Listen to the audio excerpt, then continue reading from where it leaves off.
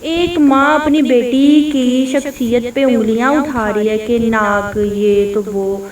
और आ, यार ये कमेंट ये कहाँ से ऑन होंगे? मुझे मैसेजेस आ रहे हैं कि अपने कमेंट्स ऑन करो, मुझे समझ नहीं आ रहा कि ये कमेंट कैसे ऑन होंगे।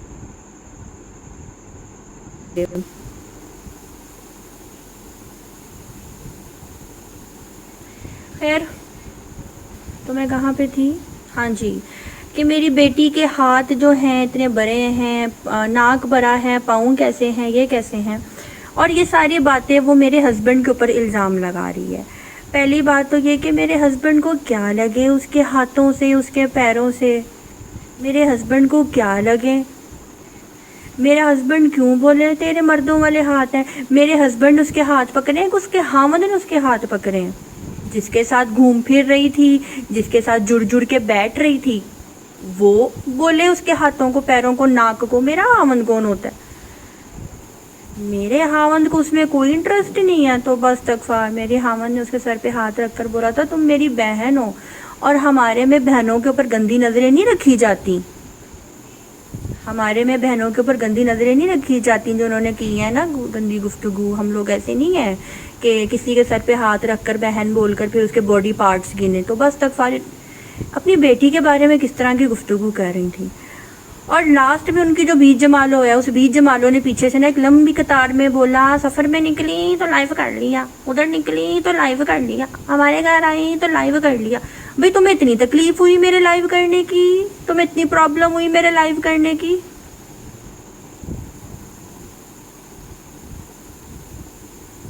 इतनी प्रॉब्लम हो गई मेरे लाइव करने की? भाई मैं तो यूट्यूब पे, जो मेरे पुराने व्यूवर्स हैं वो देख रहे होंगे, मैं तो यूट्यूब के ऊपर डेली काम करती हूँ, मैं रोज़ वीडियो अपलोड करती हूँ। मैं सफ़र पे थी, दूसरा मेरी मेमोरीज थी, फैमिली के साथ निकली हुई थी, हमारा पिकनिक था। तो मैं वक्फे वक्फे से जब जब मुझे कोई ना कोई बात मिलती थी तो उसको जो है मैं लाइव ऑन करती थी। हम नाश्ता कर रहे हैं, मैंने लाइव ऑन कर ली। हम घर से निकल रहे हैं, लाइव ऑन कर ली। हम हैदराबाद एंटर हुए हैं, मैंने लाइव ऑन कर ली। इतनी तकलीफ मेरे लाइव ऑन करने की? मतलब कि ये सारी तकलीफ जो थी वो थी कंटेंट की, यूट्यूब की। तुम लोगों ने मेरे भाई को इतना मामूली समझ लिया। मेरा भाई तो इतनी मामूली शख्सियत थी ही नहीं। मेरे भाई की तो शहजादों जैसी शक्ल थी। मैं अपने शहजादे जैसे भाई का मुकाबला एक दो टके के यूट्यूब की वजह से करूंगी? नेवर। ये सोच थी उन लोगों की जिनको मेरे यूट्यूब पे आने पे, लाइव करने पे इतनी प्रॉब्लम, इतनी तकलीफ हो रही थी। ठीक है, ये सारी प्रॉब्लम उनको मेरे यूट्यूब की थी। अच्छा जी,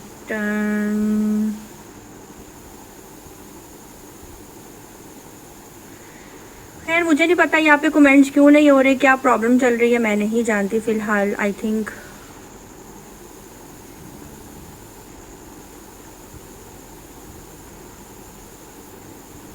जो भी है तो नहीं आ सकती ना। अच्छा, रंग गोरा करने वाले इंजेक्शन की बात। अरे यार, तुम लोग को इतना कॉम्प्लेक्स क्यों है काले रंग को लेकर? तुम लोग क्या समझते हो गोरे रंग को? क्या है गोरा रंग?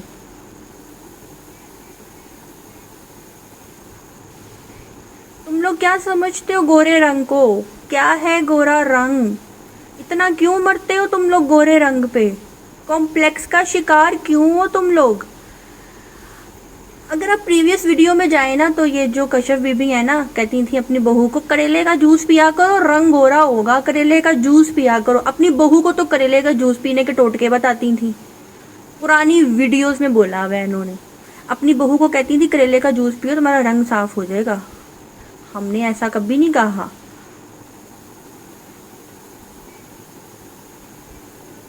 ठीक है, ये इतने नेगेटिव लोग हैं, इतने नेगेटिव लोग हैं ये लोग, ये हर मजाक में की गई बात को इतना वो सीरियस ले लेते हैं। और तब तो खिखी खिखी करके बात कर लेते हैं ग्रुप में बैठ कर, लेकिन बाद में उसके ऊपर कंटेंट तैयार करते हैं।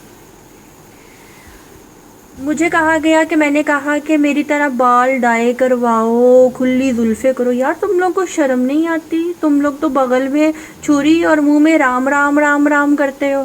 हाँ, ये तुम लोग किस तरह के हो?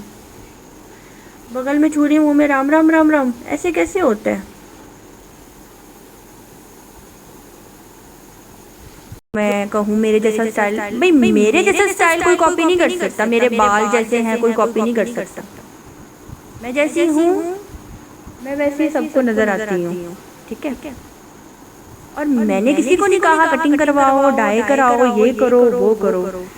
यार मुझे ना हैरत हो रही है कि इतना साफ झूठ, शक्लें बता रही हैं, झूठ बोल रही हैं। मैं इस बंदी के लिए यार साफ बात, इसका जो फेस कट है ना वो खुली जुल्फों वाला नहीं है। इसका जो फेस कट है ना वो शॉर्ट बालों वाला नहीं है, डाये बालों वाला नहीं है, बगैर स्कार्फ के फिरने वाला नहीं है।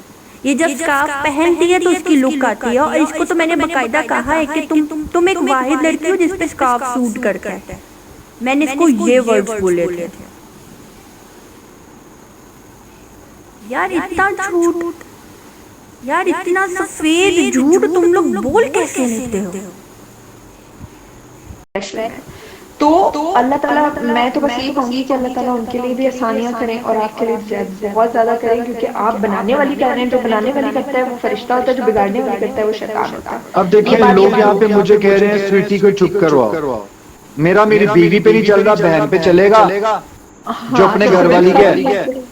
कोई नहीं सुनने वाला, कोई नहीं सुन रहा, ना कोई सुनने। मैं समझती हूँ इस बात को, मैंने आपको बोला ना कि आप किसको, लेकिन नहीं, आप नहीं रोक सकते, किसी को भी नहीं रोक सकते आप, क्योंकि कोई रुकने वाला है ही नहीं। सब अभी आउट ऑफ कंट्रोल चल रहे, सबको अभी प्लेटफॉर्म मिल गया। मेरी तरफ अजान नहीं हो रही, वजीहा की तरफ हो रही है। जी मेरी तरफ हो रही है। मैं टर्की में, असल में हम लोगों के पास जो है वो इशा की नमाज हो रही है, 10 बज रहे हैं रात के।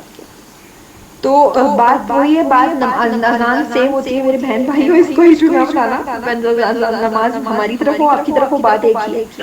लेकिन बात सारी इतनी है कि कोई सुनने वाला नहीं है किसी की। लेकिन मुझे यही समझ में, अच्छा एक और बात यहाँ पे बड़ी मुझे अजीब सी लगी है, ना अंबर ना उसकी फैमिली अपना पॉइंट ऑफ व्यू वो ठीक से आके नहीं दे पा रहे, क्लियरली नहीं बता पा रहे कुछ। ये चीज मुझे काफी डबल माइंड किया है इस चीज ने, कि कोई शबाना आंटी ने भी अपना पॉइंट ऑफ व्यू नहीं दिया कि अब वो करना क्या चाह रही है। उन्होंने सिर्फ फैक्ट्स बताए कि ऐसा हुआ है, ऐसा वही स्वीटी जी ने बताया। कोई ये नहीं बता रहा कि आप होने क्या वाला है।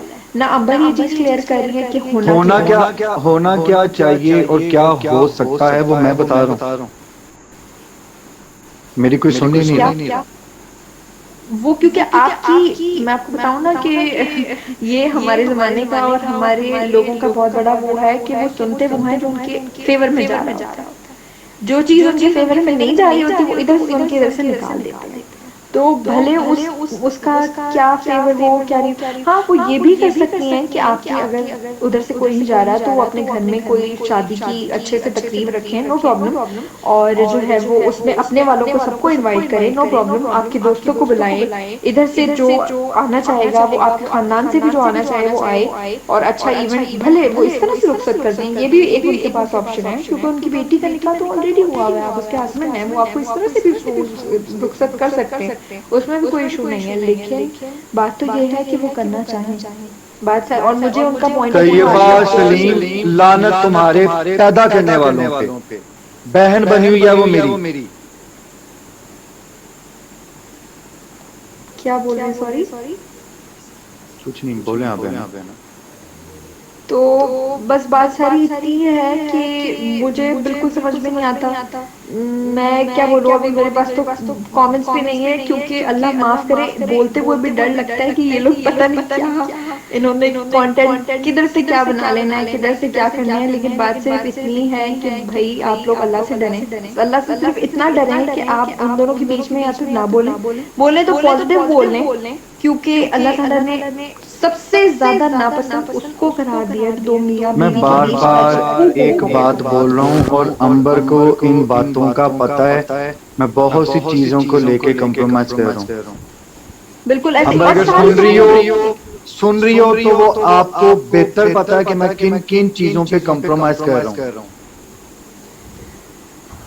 वो सब पता है बहुत आपको? बिल्कुल जो जानती है ये चीज बहुत अच्छे से जानती